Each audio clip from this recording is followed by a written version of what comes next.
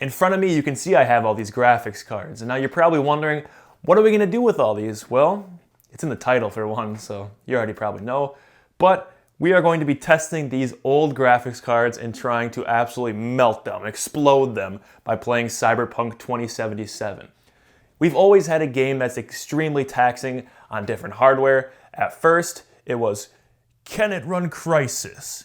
And then it was, can it run Microsoft Flight Simulator? And now there's a new king. Can it run Cyberpunk 2077? So here's what we got to look at here. We have a GTX 760, we have a GTX 690, a GTX 650 Ti, a regular GTX 650, an EVGA eGeforce 8800 GTX, and a Nvidia Quadro 4000.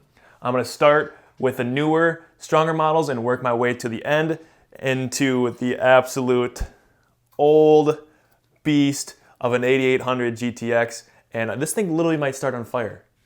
On fire. So stay tuned to the end if you want to see how Cyberpunk absolutely demolishes something like this. But without further ado, let's hop into some gaming.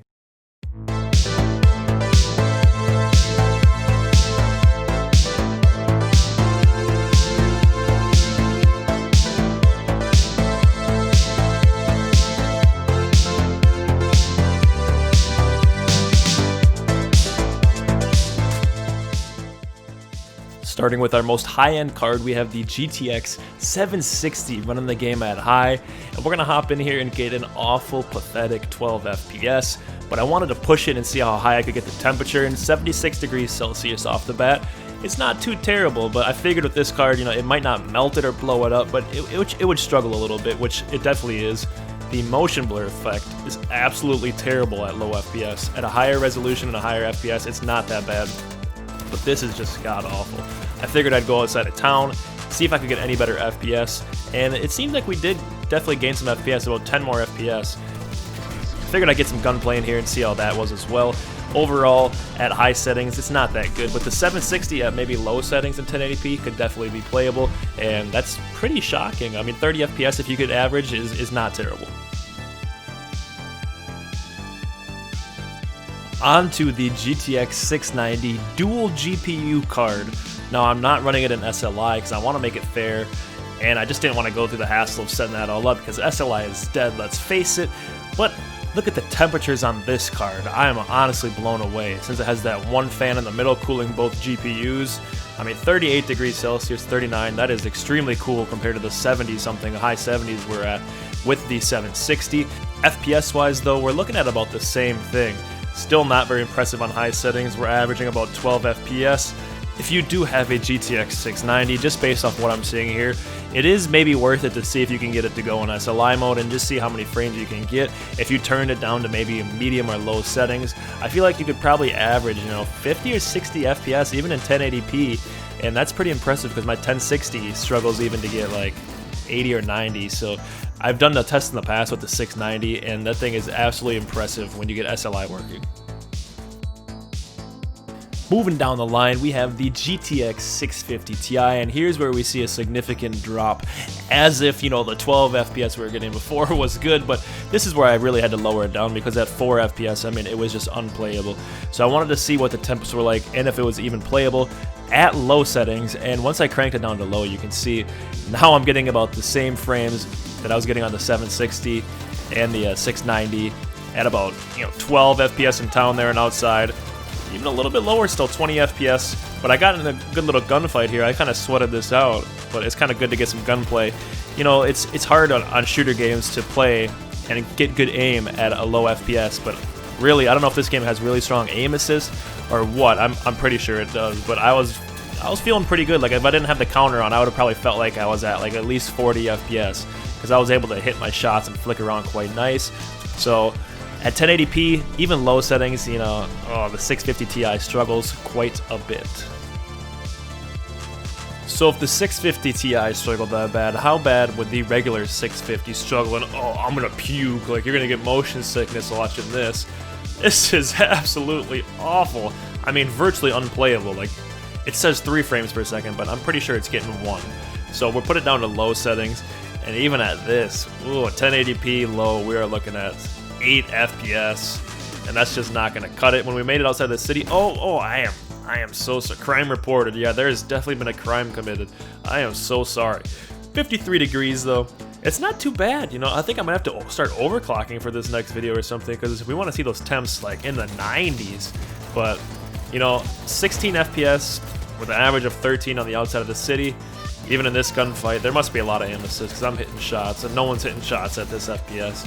So the 650 for Cyberpunk at 1080p is just not going to cut it. And I was hoping this card, especially in that small form factor, you know, I might see some smoke coming out of it, but unfortunately, it's staying cool, but that doesn't mean it's getting good FPS, I'll tell you that much. That was pretty brutal. So unfortunately, the card that I wanted to test the most, the eGeforce 8800 GTX, was not able to run Cyberpunk 2077. When I would load into it, it would bring up the black Windows screen. That thing would pop up in the bottom right corner. It would freeze and say, whoa, Cyberpunk is flatlined. But you know we still got to test out games, so to the tried and true Csgo we go. We're playing on high settings, and we're looking at about 12 FPS here. Actually, you know, maybe up to 20 if we're getting lucky. This is on high settings, but, you know, if we turn it down to low here, we're definitely getting a lot better frames per second. This card is very old. It has like a half a gigabyte of VRAM. I think it's pretty terrible. So there's really hardly any gaming capabilities to it. It's restricted to DirectX 10 games. So I couldn't really test a lot of games out, but 77 degrees in CSGO, I know for a fact if I played Cyberpunk, this thing would be smoking. So as you could probably guess, unfortunately we had the same exact problem with the Quadro 4000. Now this one booted up, you know, just a hair farther than the other one, but not much. I tried like 3 or 4 times and whoa, Cyberpunk is flatlined. But on this card, I'm not restricted to DirectX 11, so I was able to run the benchmark for Rainbow Six Siege, and oh my, listen to that absolute whine. And I don't know if this card is designed to be able to run hotter, but look at that, 90 degrees Celsius, and we were fluctuating up all the way to 94 degrees Celsius. But the good thing is on ultra settings, we are looking at about 30 FPS. So I'm going to do a more in-depth video on this card itself and see how good it can game in 1080p at high, medium, and low settings, because this thing might actually be able to do the job. So let's be honest, maybe the only card that would be semi-enjoyable to play Cyberpunk on is the GeForce GTX 760. The rest of these, it was a pretty miserable experience, even at 720p. A lot of the cards didn't run as hot as I'd like them to. I was pretty surprised about that, especially this blower fan GTX 650 Ti, this dual GPU 690 with just the one fan in the middle. I thought that would struggle, but in the end, it was the 760 that also got the hottest. And we were seeing some pretty high temperatures there. Unfortunately, as you saw, the Quadro nor the 80, oh, that's still hot. Wow. We're able to run Cyberpunk. I think the driver versions were just too old. Every time I fired up, it would just instantly crash.